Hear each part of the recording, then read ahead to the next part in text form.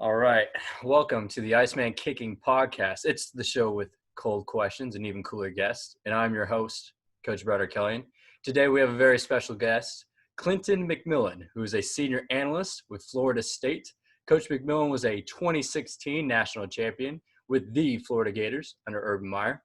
He was part of a coaching staff at Marshall University that led Conference USA in scoring, pass, total, and pass efficiency defense, as well as a 2014 conference championship. In 2017, Coach McMillan led a defensive line on a defensive unit that was one of the best in the country at the University of Tennessee at Martin. And in 2019, he was in charge of a special teams unit that was top 25 in the nation in block kicks, punt return defense, and block punts while leading the conference in sacks. Not to mention, he coached one of the best returners in school history and in the nation that year, Terry Williams. Now, as I'd like to say, Coach Big Chillin' McMillan, welcome to the show. How's Tallahassee doing, my brother? Man, it's going well, man. Just getting back and sort of adjusting to all the differences going on. I wish I did win a national championship in 2016, but I'm old, dude. It's 2006. Did I mess that up? No, you're all good. Hey, man, that's what it's supposed to be. It's gonna be a little bit clunky, but no, I really appreciate it, man. I'm glad to be on. Tallahassee's been great. Obviously, I'm trying to look for the silver lining in all this stuff, but I think the opportunity to sort of exchange ideas and talk with people, we all know the bad stuff that's going on out there. But I think this is a great opportunity to sort of be able to talk to people that you don't have time to for large extended chunks of time, man. Because really, other than the people in your program, you don't talk to anyone else. This sort of gives you some more free time to connect with coaches and ex-players and all those good things, and just sort of help the football community. So I think we all need it. I'm glad you're doing this thing, man. Yeah, awesome. I'm definitely learning that too as we go through this process. Is like once you're in season, I mean, you're just your guys, and that's it. I mean, you're really not talking to anyone else. So this is a crucial time to learn from people. Doesn't stop, man. Doesn't stop. Hey, before we get into anything, I have to plug a word from our sponsors. Okay, this show is brought to you by the Kicker's Bible. The Kicker's Bible. Do you want to learn the ins and outs of kicking from NFL specialists, organized practice schedules for in-season and off-season so you don't overkick, how to get a full ride scholarship offer, and the perfect long snapping technique for tossing a 6'5" ball on the hip every time? This book provides specialists with the ultimate guide containing everything necessary to find success as a specialist at the highest level. Coach Brother Kelly has combined over 10 years of experience as a player and coach with countless hours of research to develop this handbook of the greatest collection of proven technique tips used by college and NFL specialists and coaches all in one place. The Kicker's Bible is a must-have for both coaches and players at every level who want access to information essential to perform and teach at the best of their ability. Go to IcemanKicking.com to get your copy now.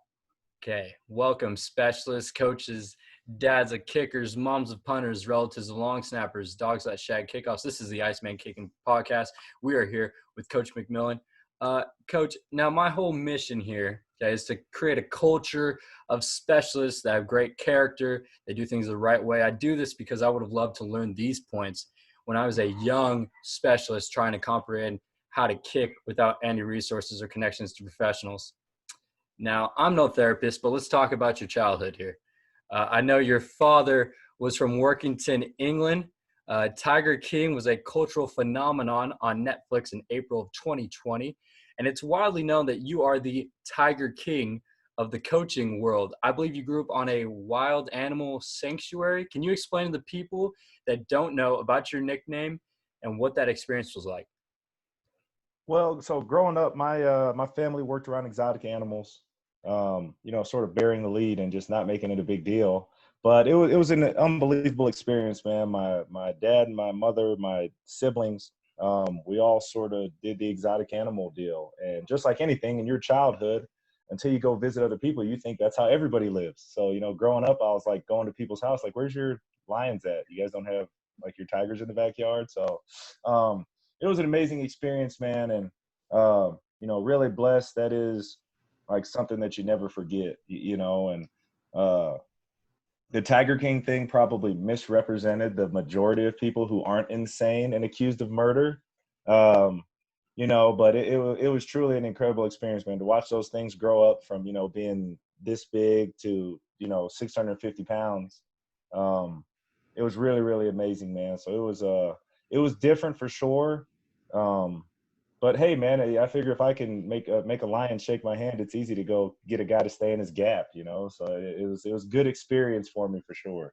Man, you're not going to be intimidated by anyone once you work with tigers at the age of 3. Hey, it's all relative, man. It's all relative. That I really want to ask you too. What did you think about I know they are the crazy side of things. I mean, did you come into contact with anyone like that, or what was your experience with the people in that community? I mean, let's be honest. I mean, if you're willing to work with exotic animals, you're probably a little bit off. The same thing. I'm sure people think that way about football players. If you just went up to someone and said, "Hey, we're going to put 50 pounds of stuff on you and run into people and it's hot outside. Yeah, go do that for 3 hours every day." They'd look at you like you were crazy. But I think more so the same reason people get into coaching and playing, it's the effect that it can have on other people. And it's an unbelievable experience, man. You can't describe it. Seeing cubs being born and, the heartache when you got to, bury them. Obviously it would be great if exotic animals could be out in the wild and live forever, but that's just not the case. I mean, they can stay well fed. So I'm just speaking specifically to my environment. All our cats, if anything, they were probably obese, right? Because they got to eat so much, and it was different, but for sure, man, it's something I'll never forget, man. And my mother, all my siblings, my dad, like everybody did it. So it was just I was the one that sort of veered off to the left, and they're like, "What? You don't want to work with lions? Why do you want to play football?" So I was the weirdo, if that makes any sense. That's funny. Still are. No, that's a good one. That's awesome. All right, so you were a 3-star D tackle out of Ovida, Florida. Oviedo. My bad. Being from California, I don't know that Florida. Hey, it's all good, man. Anyway, okay, I know you drew interest from UF, Florida State, Michigan State, Georgia Southern. Why did you choose the Gators? I mean, really, it was just more so that was so like back in the day, and I say back in the day, I'm dating myself here a little bit. Like it wasn't like today where everything was you could send highlight tapes online. Like I had to go and get VHS tapes made and send them out by mail. I still remember having to make 50 copies of it. So went up to camp, had a really good showing there, ran really fast, was really strong. And they were the first school to offer me. I mean, so knowing I'd like to stay in state, there was a lot of other schools that came in interest, but they were sort of the first ones to offer me. I mean, before they saw my film, so it was a good experience. I was really close with the rest of the recruiting class and Coach Zook, Coach Red, Coach Strong, Charlie Strong recruited me. So I had a really good relationship with them. And I mean, I was committed to them my entire senior year or so. Before people were really committing early, I was done the summer before my senior year. So, it was a great experience, man. Got really close with a bunch of guys up there and was able to win a championship. So a great experience. Yeah, that's definitely one of the fabled teams in college football. Fast forward 13, 14 years, and I hear Coach Mullen had to tell you to turn left instead of right running back into that stadium. What was it like returning as a coach there? It was great, man. I mean, a lot of the principles and things I learned and the things that I value in coaching that I used, whether it be at Marshall or Martin, were cultivated there. Forever. That's the place I graduated from. It's where I won a championship from. So it was a little bit different. But at the end of the day, man, it's football. Once everything's done, before the game, you're thinking about it. After the game, you're thinking about it. But you're just trying to just hope that, the ball bounces your way a couple times. But great experience. And I get to do it again this year. So it'll be another deal. That's awesome, man. Yeah, and you know what? I actually heard that. That's how Coach Simpson lured you into UT Martin. He said, "Hey, Clint, if you come on here in 2019, we'll bring you in to play the Gators." And you said, "Killing it." Is that true? Is there any truth to that? They just, "Hey, man, just come on, just run out of that tunnel there, man." Oh, man, I love it, man. Good stuff. Okay, So one thing I've always enjoyed, I know other players and also coaches enjoyed about you, is your ability to connect with kids, and especially on Twitter. Now, can you tell me about where the inspiration came from your football-inspired tweets, most notably hashtag PrettyGirlsLikePassRushers, but they marry run stoppers? I mean, really, man, it was just more a byproduct of having to get out and create marketability at a place that a lot of people had never heard of. Um, most people, you bring up Martin, Tennessee, they think that's like a guy. Like, huh? A guy named Martin, he lives in Tennessee. They're like, what are you talking about? They've never heard of UT Martin. Um, so much of everything now, especially with recruits, it's on social media. So it just gave me a way to sort of get our message out and just find something catchy, and working with the defensive line. Everyone only cares about sacks. So, I mean, if you really break it all down, let's say you're playing a 12-game season, you could play 5 plays a game, but if you have a sack every game, you're going to be a first-team All-American. So that's the one that, all the girls are going to want to talk to. But the guy that's going to stay in the NFL for 10 years, he's going to stop the run. He's going to get the girl that can cook, that's got a great credit score. So, it was just sort of a function of being able to market and recruit to the school that gave me my sort of first opportunity. And the kids like it. So if the kids don't like it, it's not good. That's the number one thing in coaching. No doubt, man. You did a great job recruiting, especially Florida. And I'm sure that definitely helped you for further opportunities down the road. Talk to me a little bit now. We're going to get back more into special teams here. Just talk to me what you think about the importance of special teams. Why is it important? Why does it matter? Um, I just think special teams, and not only specialists, right? I think some people get a bad rap, and when you hear special teams, you only think about kickers, punters, snappers, holders, right? Special teams to me is everyone in your football team. Take out quarterbacks because they're doing their own deal. Every single member of your team should be involved in special teams in some way. Those are 4 more units that have to go take the field. So, I don't think those are, it's not offense, defense, and just special teams. There's punt, R&B, kickoff return, field goal, extra point block. Those are all units that don't matter until they matter. Like no one cares about the holder until he can't hold the damn ball. So I just think it's an unbelievable way to develop young talent on your team. Because what does everyone hear in the recruiting process? You're going to score touchdowns, you're going to cover people, you're going to sack the quarterback, you're going to make 100 tackles, right? If coaches are honest, they should bring up special teams because that's going to be your ticket to earning trust. I just think, you can develop roles for people on special teams if their offense and defense aren't going great. I'm just going to stay specific to Martin.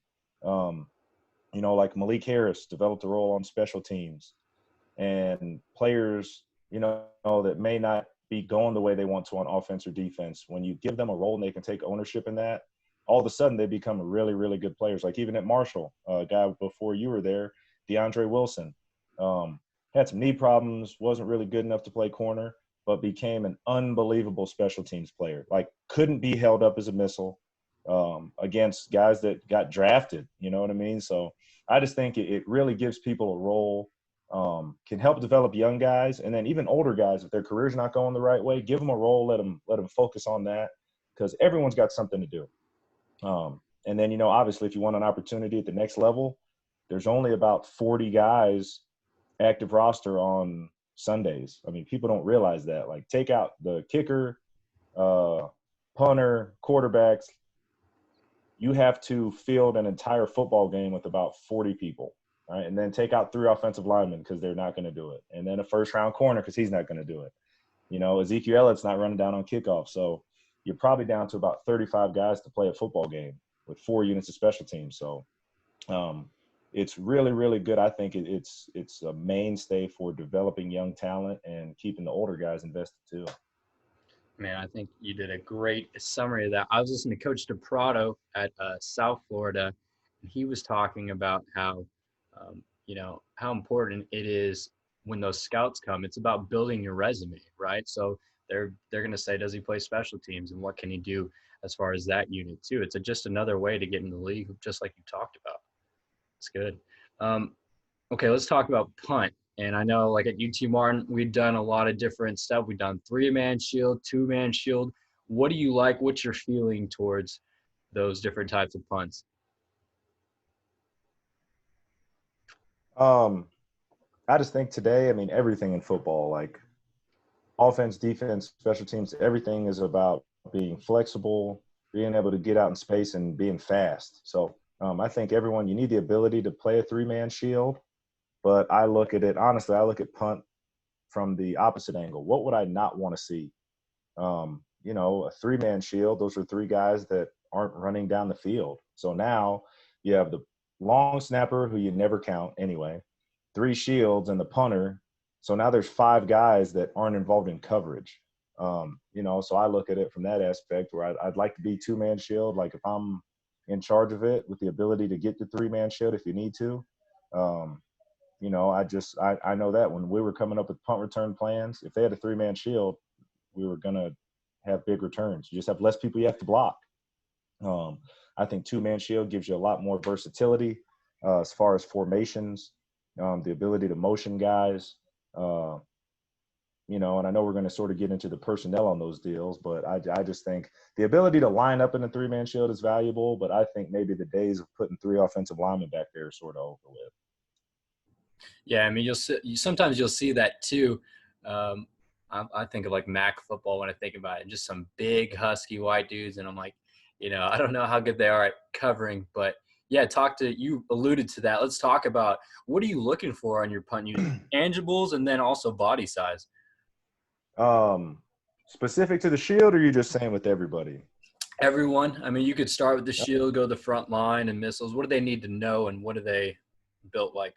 Well, I think the first thing is, I always told you guys this. I mean, the punt team is guys I got to be willing to hand my car keys to, right? Hand the keys to my house and know nothing bad's going to happen. So guys that you can trust, uh, that's number one. The other part is I think punt is not a special team. I think that's an offensive play because there's no other play in football designed to get 45 yards, right? 40 plus yards. That's what punt is. Punt is a 40-yard change of field position. So I think if you look at it like that and realize the skill sets, like we said, number one is trust. I think punt is a great way to get your wideouts involved, especially at missiles. Because what's a missile do, right? What's a gunner do? It's releases. You're going to be one-on-one with a guy. You know where to go. It's just like running a route. If we told you, hey, you have to get to the goal post, you have to get to this landmark, just let your good wideouts go do it. There and then inside the core, you obviously want to have some defensive players because punt and special teams in general, if you think about it like this, it's really a transition from defense to offense or offense to defense. So punt starting off is an offensive unit, right? You have to block, you have the ball, and you have possession of the ball, and you're really changing field position, right? Kicking the ball down the field. Then as soon as the foot hits the ball, you turn into a defensive unit where you now have to cover. There's landmarks. You have to leverage the football, and you go from blocking to turning into defensive players. So I think you have to just look at it like that. And then inside the shield, I just think those need to be tight ends. For me, like Julian Crutchfield, he was a defensive lineman, but the guy that I trusted most on the team. So who do you trust to make those calls? Because especially with those shields, you're blocking people in space. So what do defensive linemen get taught to do every single day for 3-4 hours at practice? They get taught to lunge and attack. Well, that's not what blocking is, right? Blocking is being in space, keeping yourself between you and a launch point. So I'd love to get tight ends involved in that. And you can put bigger guys back there. But, I mean, if you're going to have maybe one offensive lineman, maybe that's your one guy there. But what do most coaches want to do? They don't want to put offensive linemen in space. Again, it's the guys you trust that are going to get their job done because athletic ability is great. If you have an athletic guy that you can trust, you're ready to roll. But that unit specifically, you want to make sure it's guys you can trust. And the punter, he better be able to catch that ball and kick the piss out of it. That's about it, right? I don't really have any misgivings about, how he strikes the ball, this, that. Like, it better go 40 plus. That's it. I'm good with personnel on that.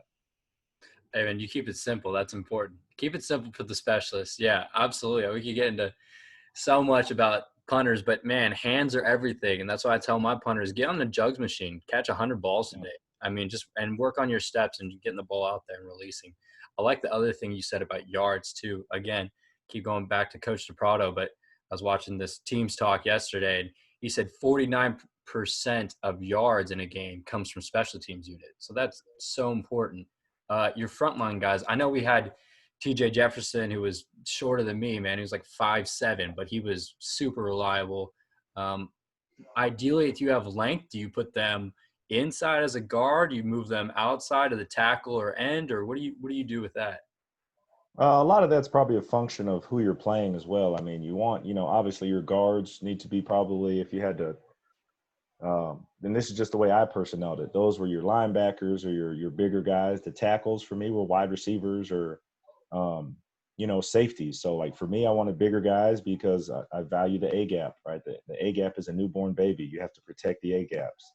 And then you have the ability to sort of flex out those tackles, so that's where you can get into those bigger wide out safeties at the tackles, and then guards, you sort of want bigger guys, whether it be tight ends, linebackers, and really it's just who are the guys that are going to be able to execute those blocks. That's really what it is. Like TJ, starting middle linebacker, was a great player, but I knew he was going to get his job done there. That was really all that mattered to me. Like, and that's the thing I think you have to be independent of on special teams and what you need to emphasize to those kids.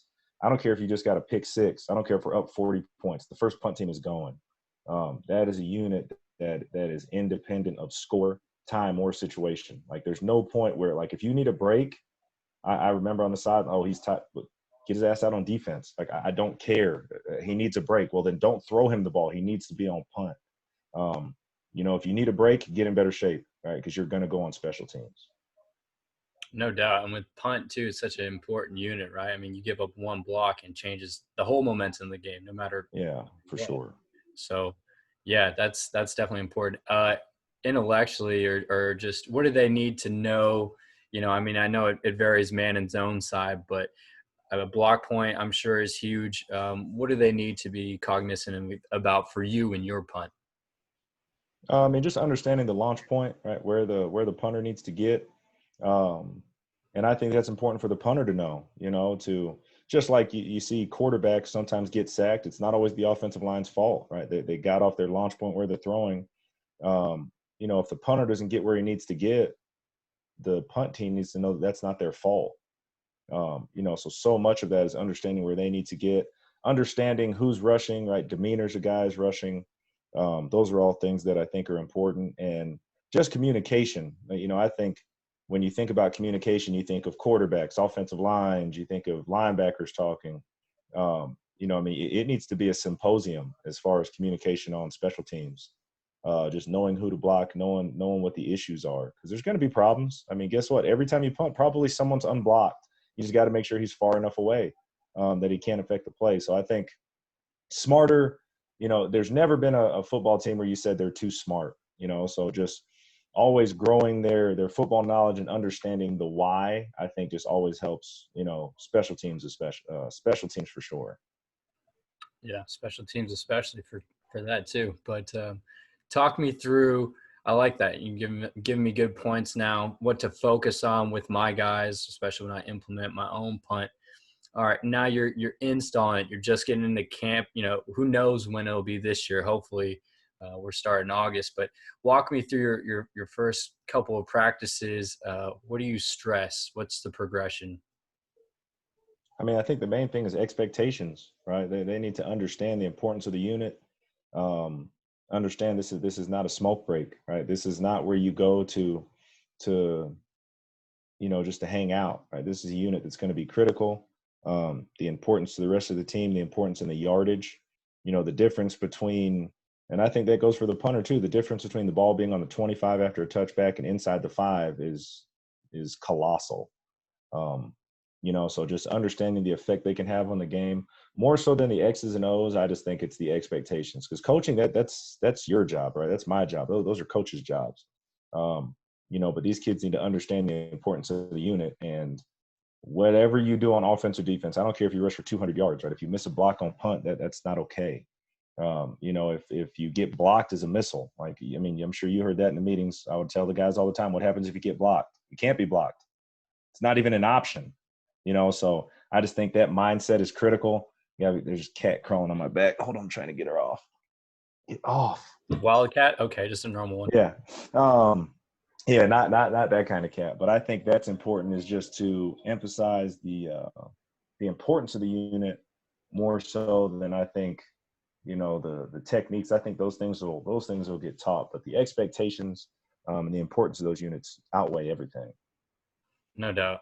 No, that's definitely important. You see a lot of coaches will have their expectations or their, their keywords or their fun words for their unit. I think you did a great job when you were introducing it to me. It might have been 2017 or 2018 when you're talking about Urban Meyer and how much he stressed it in his meetings. And then also, we're not going to be messing around with this unit anymore. Like, I don't see any, whatever first round picks. So you better work your butt off in this unit.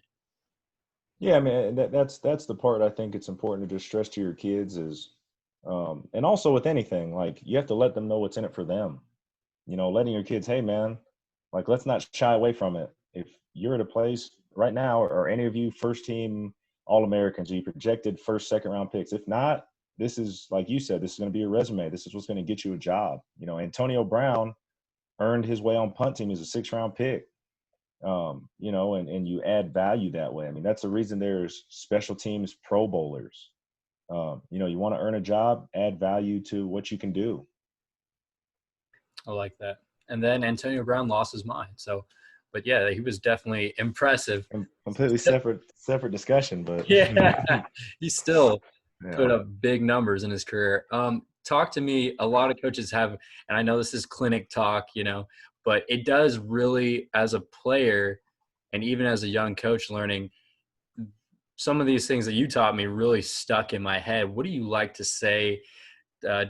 Teaching them man and zone blocking technique. You had a few good buzzwords. Really, it's just about your feet. I mean, I think that's everything. You know, just keeping them in athletic positions. Understanding, you know, you're gonna have to transition and move. So, like, anytime you have one foot in the ground, you're no longer a football player.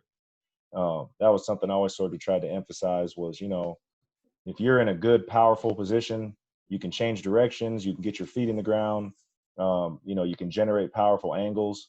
Just put one foot in the ground and try to make a cut, right? It takes forever, right? Just the ability to get your feet up and down. I mean, that makes you a football player. You talk about like when Eric Mangini was talking about Darrelle Revis and how did he know he was going to be the best corner? He said his feet were always in the ground. I mean, that's what it was. It wasn't how long he was. It wasn't how, you know, how fast he ran. It was his feet are always in the ground, so they can't run by him. You know, so just emphasizing those things, I believe are going to be critical, because everyone's going to have different schemes. I mean, we're not just talking about the punt that we had at Martin or the punt that's at Marshall or the punt at Florida State. We're just talking about in general. Make sure that you give your kids tools, because at the end of the day, they're the ones out there making decisions, right? No matter what. So giving them the ability to understand, hey, I can adjust my stance because of this. I can adjust my alignment because of this. Hey, I can't adjust my alignment because I'm on the zone side, right? I can space out more because I'm on the man side. Or, hey, my guy's in a 2-point stance at 2 yards. He's not rushing. I can go. Versus, hey, he's about to run a damn 40 through the A gap, right? I got to be able to flatline that guy. So I think just, again, that football knowledge, being able to emphasize and give your guys tools. You know, like, guess what? The guy who sold Picasso the paint, he doesn't get any credit, right? But he's just as important. Right? If you don't give him the paint, he can't paint. So, you know, you want to give your kids tools so that they can go execute on Saturdays. Put some respect on that paint guy's name. I love it. Facts. As we talked about a little bit, if I'm running your punt, you're a 2-man shield. What do you like? What do you not like? Especially you're big, and I agree with this too. No, not letting free shots from the A gap. What do you like? What do you not like in your punt? I mean, just protect. I mean, it's just like anything. Like I said, I look at it as an offensive unit, right? If you're trying to protect the quarterback, where don't you want penetration up the middle?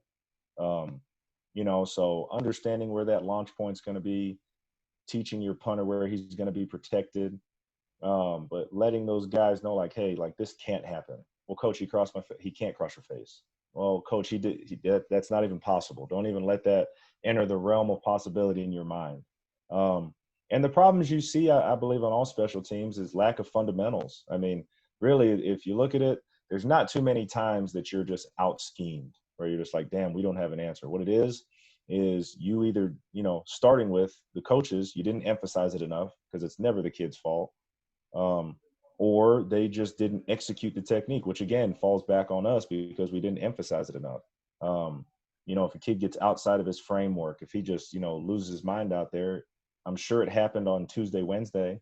So it's your fault for putting him out there. So those are the just understanding where the problems are, eliminating vertical penetration, and just having answers. Honestly, I don't like to see the missiles doubled. But I tell those guys, I don't care. Coach, there's 2 guys. I don't care if there's 10, right? The expectation is for you to get down the field and force a fair catch. If I cared about excuses, I would ask. I've never at one point said, hey, do you think you have to do this, right? And that's just the mindset you have to put into guys. Because if you give a kid a way out, they will. And that goes from 2-year-olds to 30-year-olds. Hey, yeah, well, if they do this, don't ever give a kid a way out. So, but again, that goes back to sort of what we talked about, the expectations, right? There are no excuses not to get your job done. And if you don't, it was probably my fault because I didn't put you in position. That's good. I like that. Especially coming from a JUCO and a Division II level, and then seeing Division I and coaching at the Division I level.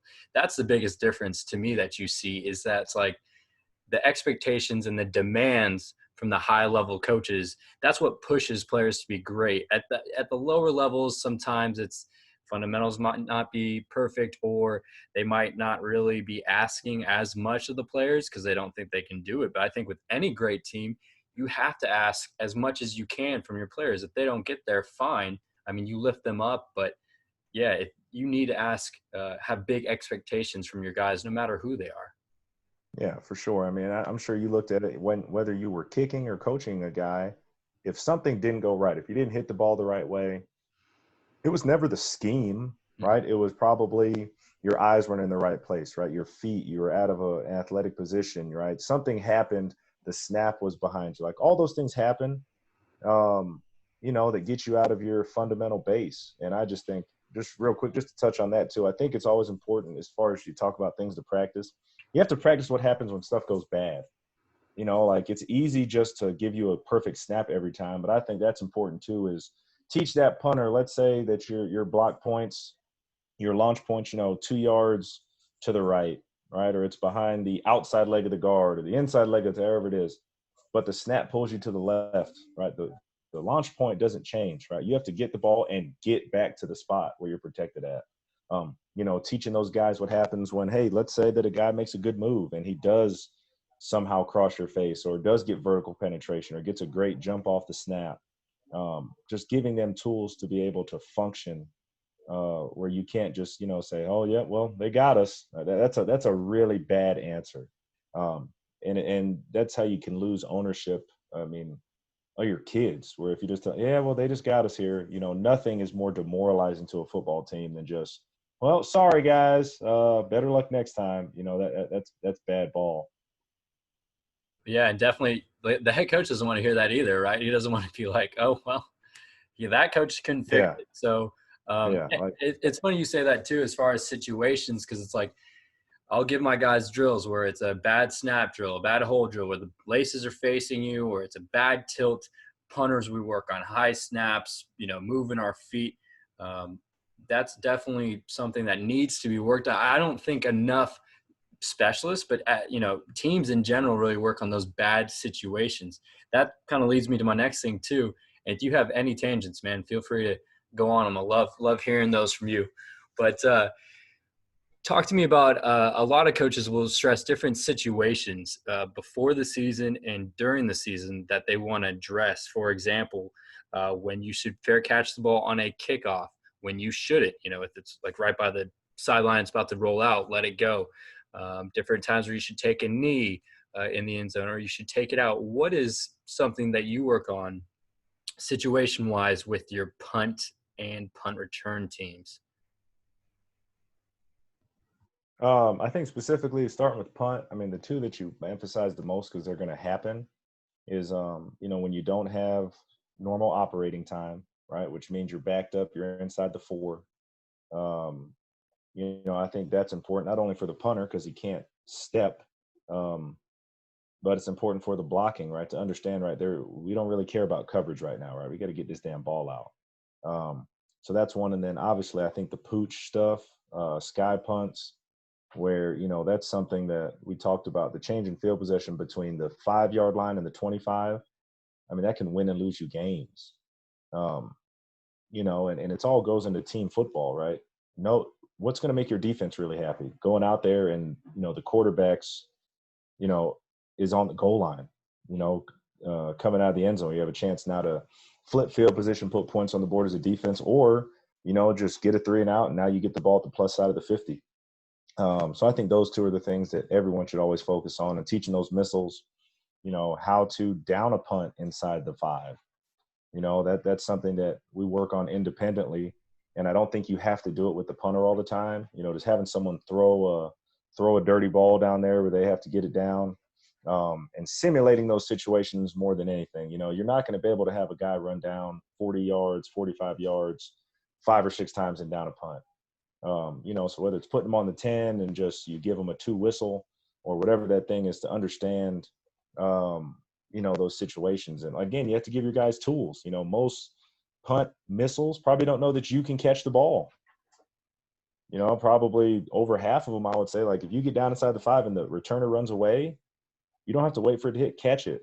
Right. That's exactly the same thing as downing the ball. But that all goes into preparation. And then punt return, obviously you just want to make sure the all your eligibles are covered and you have leverage. And just understanding, hey, this is the situations with that, really. We can get into a little bit more about the unit, is just when you can execute blocks, when not to make blocks, because the days of big hits are really gone as far as blind sides and things like that. So I think that's the thing to emphasize with your punt return unit, is just, all right, when you get in this position, this is what you can't do. These are the things you're allowed to do. And if I haven't coached you to do it, don't do it. Right. Because usually when you see penalties, the kid made something up. Right. No coach has ever coached an illegal technique and say, hey, man, this is how you drop your helmet below his chin and try to give him a concussion. Like, coaches don't do that, so if a kid does something like that, it's off script. So just emphasizing those situations, I think, are important, of not only what you can't do, but what you can do. Hey, talk about that. That's pretty good. Talk about downing punts and how you guys work that. What do you like to do with that? How do you like to drill that? I've always found that interesting. If the ball's rolling around, or if you're the first one down, second one down, blocking out the returner. Talk to me about what you like to do with that. I think the biggest thing is you remove the returner out of it for the guys that are downing the punt. Because a lot of times, they might be in a safe punt look where they're not really dealing with your missiles. So, but again, it starts with the punter. If you tell your missiles they have to, cover 53 1/3 yards of goal line, that's not great. It's on your punter to put it in position where they can down the deal. So, placement of the ball, understanding how to get to the goal line, flip your hips around, letting them know your body can't go in the end zone, or, hey, your body can go in the end zone, right? That's the difference in the NFL. And like, some kids think, oh, this is the NFL, I can't. No, your entire body can be laying in there, and they might not know that rule, but that's your job as a coach to emphasize that. Inside the box, I always kept those guys dealing with the returner, because there'll be nothing worse than, everyone's going down to down the ball and the returner just catches it and scores. So those are completely independent units. But I think a lot of it starts with your punter putting the ball in the correct spot. And then, we sort of break it up. All right, we're forcing fair catches Tuesday. Wednesday we're going to be down in punts. So I think it's just the same thing you do every day. Like, most people's a run emphasis on Tuesday if you're an offense or defense. And then Wednesdays, third down and pass emphasis. I think you break up your special teams that way, where everything is not, one drill is not everything. It can't be like, oh, well, we're going to do fair catches and down punts inside the 5. Oh, and we're going to work on being backed up. You think you segment it, and it organizes it, number one, for the kids, and then number two, for you as a coach. Yeah, I think you do too much and get confusing, right? We're doing Yeah, here. sure. What's the focus? Like, yeah. Keep it simple, man. Keep it simple, stupid. That's what I've always told myself. Uh, one thing I really like too at UTMR that we did, I think I might have been 2016, 2017, was just like hitting a rugby ball down to that corner, and just that way Yeah. I was always wasn't the biggest, wasn't the strongest, and wasn't the best. But other than that, I was a great punter. But the one thing I did do well was put the ball in the corner. I was good directionally. So hitting that rugby ball and then letting having the first gunner down, getting the returner's face, maybe the second one, find the back line, and make sure that the returner doesn't pick up that ball when we're all circling the wagons around the ball. Yeah, and I think that was something that Zane did a great job of too when she left. Was that midfield to the plus 40. I don't care how it looks, man. Just get it over the defensive line and let's get the thing down. Because I think might have been Tennessee State. I think he downed 5, or we downed 5 punts inside the 7. Huge. So I think it's just get over how it's supposed to look and talk about what your kids can actually do. Because that's the biggest thing. Like, would everybody want a 5-second hang time and 60 yards? Absolutely, man. Sign me up for that, right? There's a reason there's only so many of those guys in the world. So don't focus on what your kids can't do. Focus on what they can. So if it's rugby, build it around that. Everything starts with who's kicking the ball. Yeah, that's your quarterback, right? That's all I like to say. That's the quarterback of the special teams unit. So that's good stuff. Talk to me about punt return now. What are some of the mentality? What's the mentality that you stress to your guys? The biggest thing with this unit was, this was a bunch of scrappy dudes now. This was, I told them it's 10 dirt bags and you got 1 prize possession back there. That's the money. So that was sort of the mentality we went with, where even the corners, right? I called them missile controls. They weren't necessarily corners. There was who was going to get the job done, whether it was a wide receiver, safety. I didn't care. I would take starting corners out and I would tell them in front of the whole unit, you are awful at this, right? You're the worst person that's ever done this ever. Now, you may be a first round pick, but you don't take your work serious. So I can't trust you to do this. So I think it's just finding independent guys that can execute jobs, and having clear, concise roles in your head as a coach. Like, all right, this is what my leverage guys need to look like. This is what they have to do. Making it clear jobs for those guys and understanding like, hey, this is going to be a 6-second fist fight. And all we got to do, I was fortunate, man. Terry Williams is the best one I've ever seen do it, like ever. And I would just always say, just start the relay, right? Just get 1 block started and get him out in space. And he's going to do the rest of the work, man. He was really fun to watch. But that, I think, was just the emphasis of those guys knowing what they had to do to get us out the gate.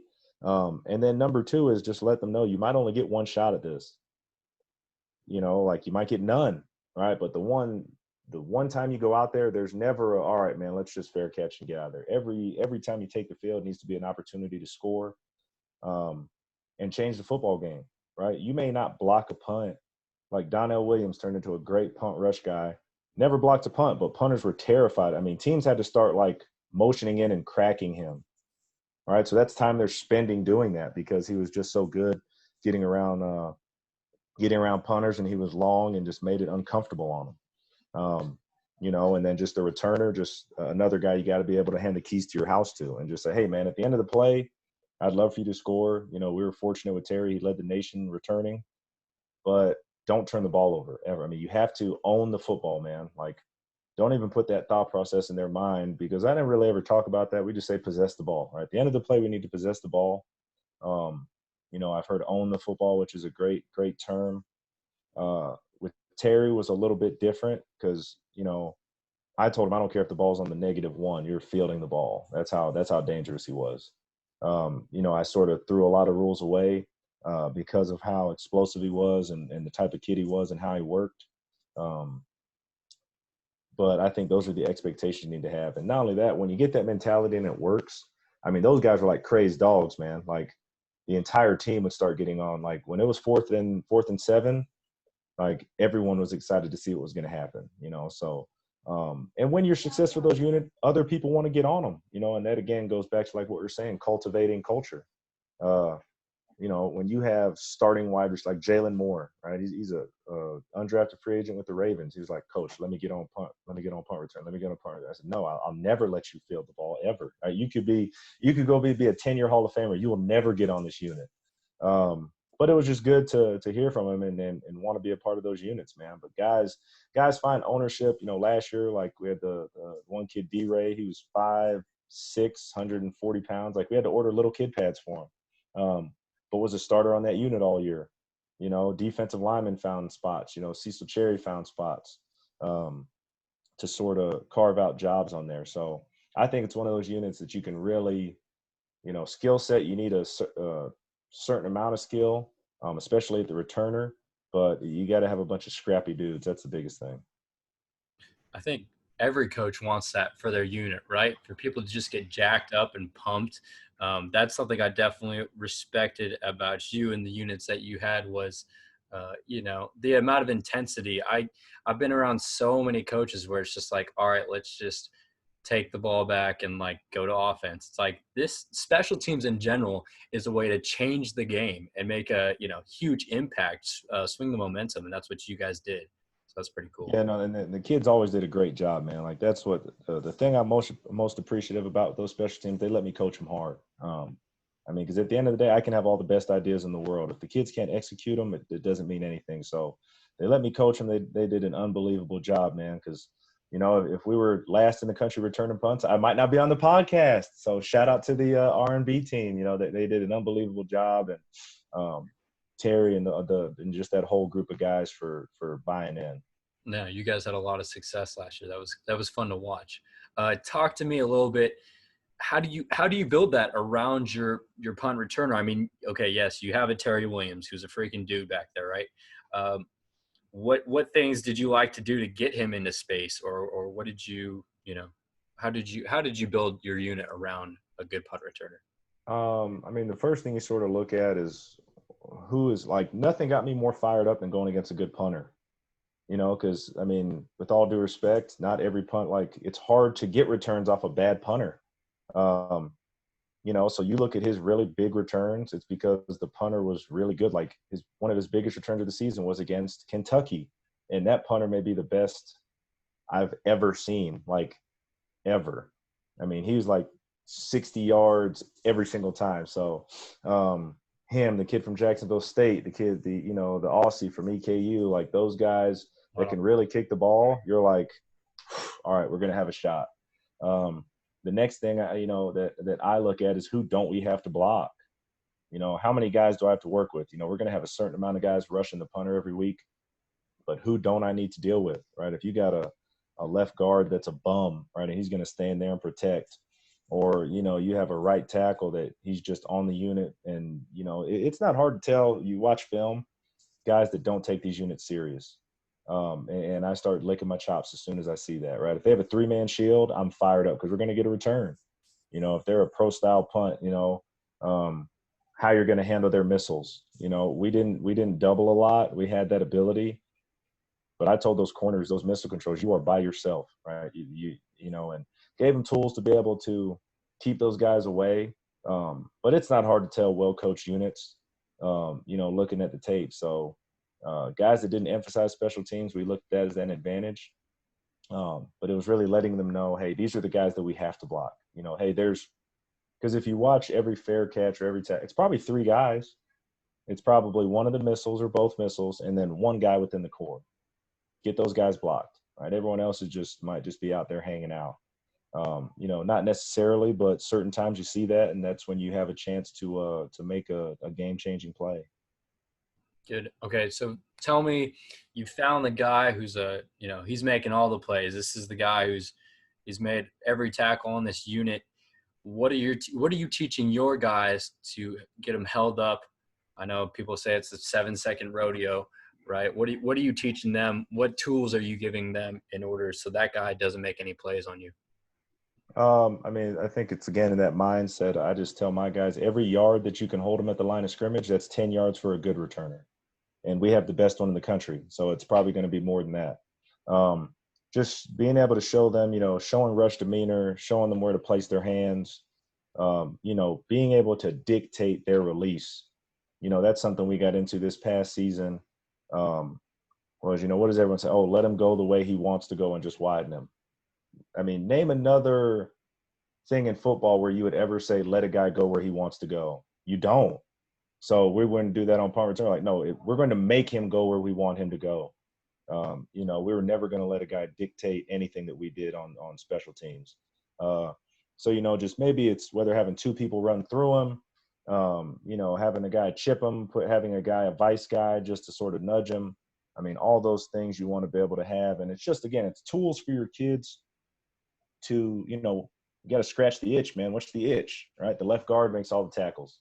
All right, well, if we line up and we give him double A gaps, he's going to have to protect longer.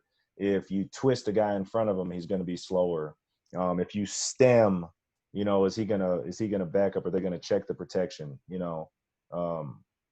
Just giving your kids the ability to be successful. I mean, that's all every coach wants at the end of the day. You never want to look at Sunday and be like, I missed that. So I just think that ability is huge. Letting your kids know, hey, this is what you do. This is what we want to do, and this is how you get it done. That's one thing I like that we did at UT Martin is definitely like a good stem, because it really makes him hesitate a little bit and start thinking, all right, oh crap. All right, this guy wasn't where he was. He could have been outside of me. Now he's head up. Now he's inside. Now there's two in the A gap. Now I've got to think about it. And it just slows down a step. The ability to move around, I think, is critical. And that's why, we never really had guys in 3-point stances. Just as it gives indecision to the punt team. When you're coaching blocks, and I know a lot of the, we've been around some of the same coaches when it comes to blocking punts. What do you focus on? You talked about Darnell, who did a great job of at least scaring a punter, right? As a punter, you don't want people in your face, right? It's just like a quarterback. If you're in a quarterback's face, you're going to, mess up his accuracy. Same thing for a punt operation. Talk to me about how you taught Darnell, what you taught those guys on punt block. I mean, the biggest thing is just how to avoid penalties. You teach them the things to do, and listen, this is what you'll get in trouble for. Don't do these things. And I think you always want to, in every position, you want to remove conflict.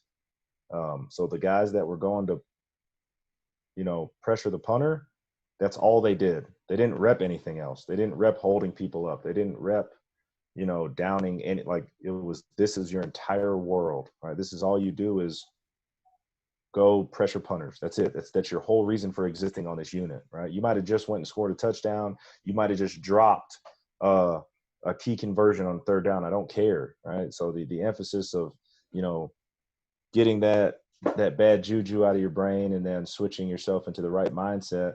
So blocking punts, number one, is you can't be afraid, because when you look at guys and the ones that haven't blocked punts, they got scared, and scared is a relative term, but if they're sort of looking away and, they get out of the way of the ball, like, dude, you have pads on. Right? I can hit you in the face with a baseball bat and you're not going to get hurt, So like a ball getting punted into your face. Now, if it gets into your stomach, it's not going to feel good, right? Your hand might sting a little bit, but just and you have to rep it.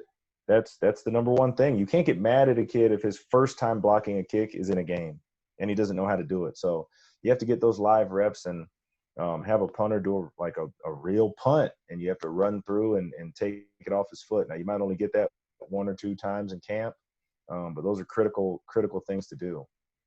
Yeah, and I know guys, and you can rep it with the soccer ball, right? So you're not. Yeah, all that stuff's good, but I mean, when the bullets are flying, man, it's a different deal. So you can't get mad at your kids if you haven't repped it enough. That's critical, I think, in all units. Is the first time your kids do something can't be in a game. Right. No, I agree with that, and I think outlook on it is punters, we're like insects, all right, or like snakes. We're more, not worried. All right, I'm totally concerned with my process and hitting a good ball. But shoot, if someone runs into me, I'm going to be in a whole lot more pain than you are, So you, as a punt blocker, I can run into that. I've had my freaking ankle twisted and turned 14 different ways while laying in a pile, and that getting blocked does not feel good. So I would go in there with that intensity, for my punt block guys. It's like, we're going to freaking, destroy this ball. Now, granted, you want to have good body control around the punter so you're not causing a penalty. But yeah, well, I think so much of it too is just like, if you're in the rec, and you're playing basketball and you want to disrupt the jump shot, you're not going to necessarily have to block it to do that, right? Just getting around him and letting him know, like, hey, man, I could have got there. Like, I told those guys, hey, man, you got to chirp a little bit at that punter, man. Those guys are piss ants. You know what I mean? You gotta get in there. Hey, man, I'm coming for the next one, right? And it maybe it speeds up his operation time. Maybe it makes him shank one. Those are things that are just as critical. Like, you don't have to block a punt to disrupt a punter. So just disrupting timing. Maybe it's pulling him up a step early if he wants to rugby. Just grazing him. You know what I mean? Just all of a sudden you're running by him. He gets rid of the ball, but just nudging him, like, look. You just started looking around. So I think a little bit of psychological warfare with punters, man. You know what I mean? And because it's like a golf swing, man. You can't really get – sometimes you're off. Sometimes you just get off. So I think so much of it is just if you can disrupt that guy's routine, that's the biggest part with disrupting punters. Absolutely. Punt block guys, get in those punters' head, man. Yeah, no punter wants to be – because in the back of the mind, they're going to be thinking about it next time. Yeah. Oh, God, this guy's can't help it. Again. Yeah, you can't help it. You really can't. When you were talking about your punt block guys, you might have 2 or 3 that just come after it every time. Do you put them in a separate pod to work that? Yeah, that's all they do. So, like, their Tuesday or Wednesday looks completely different than the rest of the guys because everyone has to be able to hold up people. Those guys that are going to block kicks, that's it. All they do is deal with, are you on the front side? Are you on the back side? Are you on a vertical plane? Or are you not on a vertical plane? That's it. So that's why they were able to do a great job at it is they didn't rep anything else. The one thing that they do have to rep at some point is just when the return gets out, the being able to throw a legal block because they're going to be 40 yards behind the ball when he catches it. So being able to get in guys' ways because, I did a poor job of that last year. In Kentucky, Terry should have had a 98-yard punt return touchdown because we had one of the little guys that was a rush guy. Just he was doing this, telling the guy to follow him instead of going to block somebody. So I did a poor job of that. But that's just something that you emphasize, but you can get that done and just, that's not as big of a deal. To get that repped, but just teaching them, hey, look, this is how we're going to avoid penalties. This is your tools. This is what you're allowed to do. This is what you're not allowed to do. Because I wanted to give those guys freedom because really at the end of the day, I didn't care about them leveraging, necessarily the formation. You have to leverage the punter. That's the only thing that matters. Make sure the ball can't get outside of you. So giving them some freedom in alignments. But again, that goes like circling the wagons again. Like it goes to who do you trust? You can't give people freedom that you don't trust. So you can't say, hey, man, you can line up wherever you want to get your job done. Yeah, but you're just a terrible person. You know what I mean? You got to have guys that you trust. How do you find those guys that you trust? Is it just people that take their work very seriously or they're how do you find those guys? It's not hard to find guys that love football, because it looks different than everyone else. Right. And I'm a prodder in poker, man. I'm going to find out if you love it because I'm going to challenge you, in front of other people. And, it's always the guys that love football are never come on, man, you try me, coach, or man, why are you just don't like me. No, if I don't like you, it's because you're not very good right now. Right. And you don't take your work serious. You don't go to class. Those are guys that I don't like. I like guys that take their business serious and that are really good and execute at a high level. I don't care what position you play. I don't care if you're on offense, defense. Guys that can execute well, let's find a role for them. There's never been a guy that you've questioned, does he love football? Because if you're questioning it, he doesn't. You can tell what it looks like right away. So it's not hard to find. And sometimes guys that just want to take ownership, man. Guys that guys that are in a transitional period that want to become better. Maybe their career hasn't gone the way they've wanted it to. You just have to talk to them, be like, listen, man, I know you don't, you thought you were going to come here and be a 4-time All-American. You're not right now. Honesty is sort of, I think, important in that, because, you don't have to be a great player production wise to be a great special teams player. Like if you're a hold-up guy, you may get 0 stats the entire year. You may be a critical piece to what gets done. No doubt. I think that's so important. And kind of like what you talked about earlier, giving them roles, where even if they're not a starter, this is something they can really take to heart and take seriously. Yeah. Awesome, man. Well, we covered so much here in about an hour. I appreciate you coming on here. Maybe one last question is, Yeah, shoot it out there, man. what advice would you give for young special teams coaches and just young coaches in general trying to, learn from people who've been places? I just think the biggest thing is put yourself out there, man. You're not going to learn anything if you don't expose yourself to it. Because coaches, man, like we all want to talk football all the time. Like no one is more excited to talk football than coaches. So don't ever think you're sort of, you're getting in people's way or you're bothering them. Like this time more than any, this time may never happen again in football. And empty your cup, I think would be the next thing, because if you think you know everything, you are wrong, right? Because football is ever changing. Empty your cup, because if it's full, you can't put anything else in there. So be willing to change. Like I've completely rethought, even from last season, we were the #1 punt return team in the nation. I've rethought the way that I would teach it for the next time I coach it. The same thing in punt. We were great net punt, right? I think we're 12th in the country return yards against. I've rethought the way I would do it, right? So every year, football changes, man, right? I mean, we watch it 10 years ago. Just go back 10 years. People were just starting into this spread punt phenomenon. Right now, everyone's spread punt, right? There's no more pro style punt really in college football. And fair catches coming in and rule changes. Stay on top of all those things. But young guys, especially, man, don't ever think that you know everything. And old coaches too, man. Like I'm going to constantly reinvent, and I redo my book every year. These are the things that I liked. These are the things I didn't like. There's no perfect way to do anything. The one thing that's going to be consistent through football is inconsistency, right? Stuff is going to change every single year, whether it's rules, personnel. We all remember those wedges on kickoff return where you used to be able to, blow guys up. Well, not anymore, man. And adjusting and not being the get off my lawn old guy. You know what I mean? Being willing to change. I watched that Bruce Lee thing on ESPN, man. Be like water, fit into any container, still be able to carve through stone. So just put yourself out there, especially with those young coaches, and always be willing to learn. Absolutely, man. That's such great advice, especially for young coaches like me. Yeah, every day, like that's my goal, is to go out and talk to someone new or go out and learn something new. And that's what really this podcast is all about: special teams and specialists, and just learning something new every day. So, man, so much good info. Thank you so much for going on and also giving us the motivation to do this. So we For sure, man.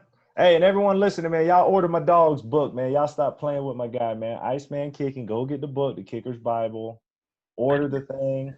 Support this young man, right? He's a what was it? He's a graduate assistant, a quality control, with all that stuff. So he's working for peanuts right now, man. I've actually cost him money making him sit here for an hour. So you guys order the book, man. It'll be a really good read. I got mine on the way. That's right. Yeah, I was going to ask you if you got yours yet. And about that whole experience. It's funny. I was listening to the BAFCA thing, and you had some funny quotes. It's just about Marshall. And if you guys put all your salary together, you'd still be under the poverty line. 100%, man. Hey, and I wouldn't change it for a day, man. I haven't worked a day in my life since I started coaching. That's right, man. It's the best of times and the worst of times. It's great stuff. So, yeah, I appreciate that. You guys, if you're interested about anything that was discussed here, you can go to icemankicking.com for more info on specialists, or keep turning into the Iceman Kicking podcast with fantastic guests like Coach McMillan here. Coach, appreciate everything you do, man. Appreciate you, brother. I'm gonna get out of here, man. Good talk. Be safe. I'll talk to you soon. Yeah. We'll see you.